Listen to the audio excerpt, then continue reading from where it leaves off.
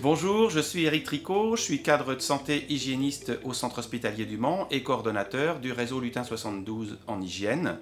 Et je vais vous donner quelques conseils en hygiène pour limiter la transmission de la Covid-19 aux fêtes de Noël.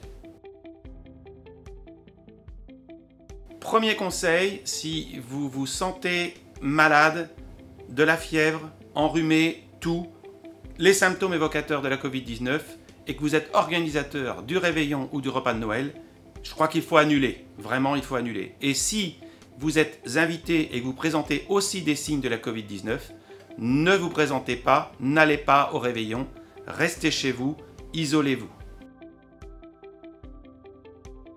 Deuxième conseil, si vous vous rendez au réveillon ou au repas de Noël en transport en commun, évidemment vous respectez les mesures barrières, port du masque, hygiène des mains, respect des distances.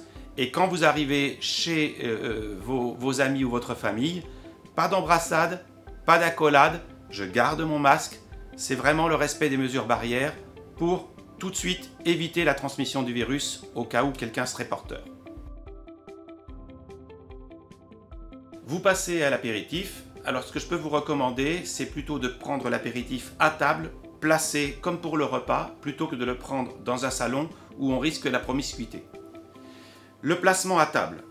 On peut mettre plus proches les uns des autres les membres d'une même famille vivant dans le même foyer, mais il faut créer de la distance entre les personnes vivant dans des foyers différents.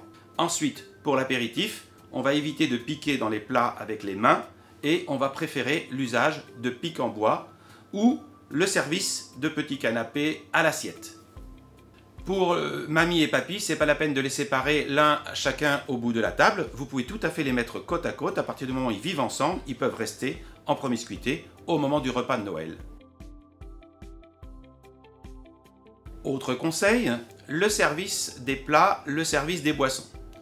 Une personne seule va faire le service des plats et de la boisson.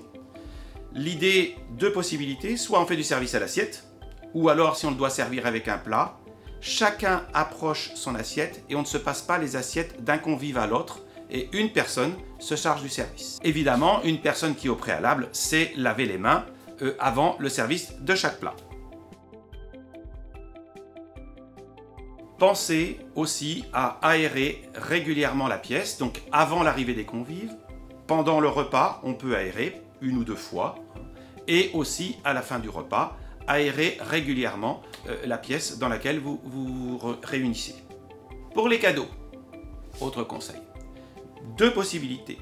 Soit les cadeaux ont tous été déposés autour du sapin et chacun ira chercher son cadeau étiqueté à son nom et ne touchera pas les autres cadeaux.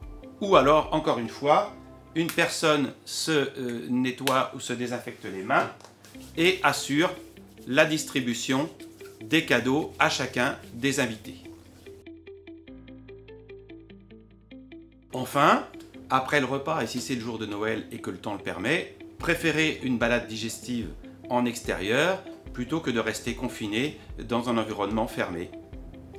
Autre possibilité, si vous voulez faire des jeux ensemble, préférez les jeux, encore une fois, placés à table, une hygiène des mains, port du masque pendant les jeux, et vous pouvez passer un après-midi ou une fin de soirée tranquille.